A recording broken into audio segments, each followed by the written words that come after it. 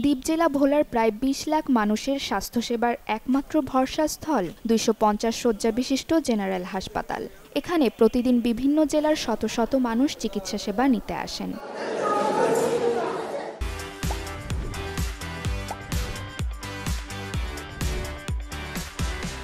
(২০২৩) সালে হাসপাতালটির ৬ তলা বিশিষ্ট নতুন ভবনের আনুষ্ঠানিক কার্যক্রম শুরু হয়। ঠিকমতো ময়লা আবর্জনা পরিষ্কার না করায় বিভিন্ন ওয়ার্ডের রোগীদের বিছানা থেকে শুরু করে সর্বত্র তেলাপোকা আর ছারপোকার অবাধ বিচরণ।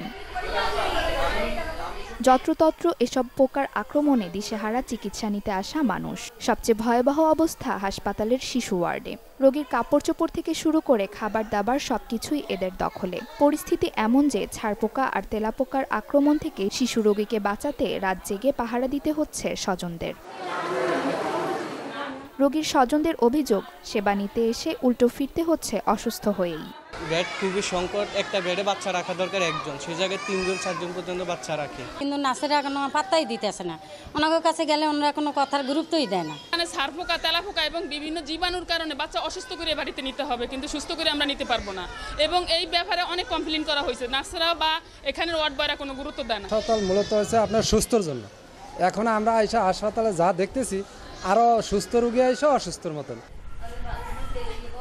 টয়লেটের অবস্থা আরও করুণ।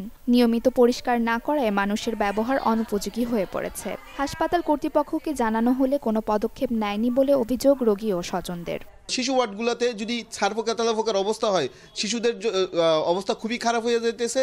এমন কি হচ্ছে খাবার, টয়লেট, ওয়াশরুমগুলোতে তেলাপোকা ছারপোকার অবস্থা খুবই খারাপ এবং নোংরা অবস্থা।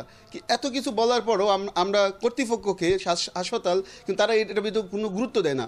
তেলাপোকা পানির ভিতরে পড়ে, খাবারের ভিতরে পড়ে, তখন কি আমাদের না খাইয়া থাকতে হয়? এখন বাচ্চার কানের ভিতরে তেলাপোকা গেছে, সারা রাত বাচ্চা চিল্লাচিল্লি করছে। এটি পরিষ্কার রাখবো, পরিষ্কার রাখবো, তেলাপোকা মারার জন্য ওষুধ দিব, কিন্তু হেরা তো দেয় না।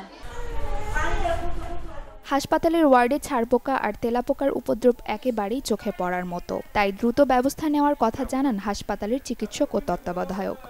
তেলাপোকার জন্য মারার জন্য ওষুধ দিয়েছি, এখন ক্লিনিং করা হচ্ছে রেগুলার। এজন্য রোগীদেরও সচেতন থাকতে হবে। আর আমরা আমাদের কর্তৃপক্ষকে বলেছি, ওনারা ব্যবস্থা নিচ্ছেন। আমাদের লোকবলের সমস্যা আছে। এখন তেলাপোকা, ছারপোকা এগুলো যেটা আছে আমি দেখার পরে আমাদের যে ব্যবস্থা আছে এটা তো নিশ্চয়ই কিছু না কিছু করা হয়। আমরা এইটার দিকে আরও বেশি নজর দিব, এটা কমে যাবে আশা করছি।